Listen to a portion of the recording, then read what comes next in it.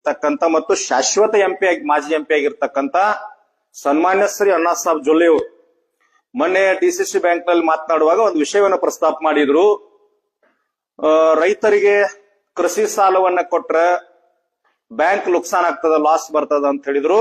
ಸನ್ಮಾನ್ಯ ಅಣ್ಣಾ ಸಾಹೇಬ್ ಜೊಲ್ಲೆ ಅವರೇ, ತಮಗ್ ವಿನಂತಿ ಇರ್ಲಿ, ಅಣ್ಣಾ ಸಾಹೇಬ್ ಅನ್ನೋದ್ರೊಳಗ ಅನ್ನ ಅಂತಕ್ಕಂಥ ಶಬ್ದದ ನಿಮಗೂ ಮತ್ತು ಜಗತ್ತಿಗೆ ಅನ್ನ ಹಾಕಿರ್ತಕ್ಕಂಥ ಅನ್ನದಾತನಿಗೆ ಸಾಲ ಕೊಟ್ರ ಲಾಸ್ ಆಗ್ತದಂತಕ್ಕಂಥ ಶಬ್ದ ಏನ್ ಮಾತನಾಡಿದ್ರಲ್ಲ, ದಯವಿಟ್ಟು ತಾವೇನೋ ಮತಿ ಭ್ರಮಣೆಯನ್ನು ಮಾತಾಡ್ರಿ ಅಂತ ನನಗ ಅನ್ನಿಸ್ತದ.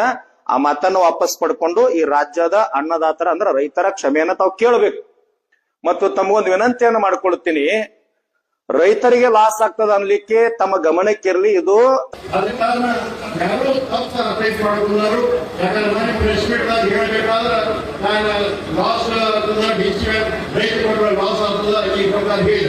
ಆದ್ರೆ ಯಾರಾದ್ರಿಗೆ ಅದ್ರಲ್ಲಿ ನೋವಾಗಿದ್ರೆ ಕ್ಷಮೆ ಕೇಳ್ತೇವೆ, ಅದನ್ನೇನು ಎರಡು ಮಾತಿಲ್ಲ. ಯಾಕಂದ್ರೆ ರೈತರಿಗೆ ಕ್ಷಮೆ ಕೇಳೋದ್ರಲ್ಲಿ ಇನ್ನೂ ಅಭ್ಯಂತರ ಇಲ್ಲ. ರೈತರಿಗೆ ಒಳ್ಳೇದು ಮಾಡ್ಬೇಕಾದ್ರೆ ಕಮರ್ಷಿಯಲ್ ಕೂಡ ಹೆಚ್ಚಾಗಿ ಕೊಡಬೇಕು.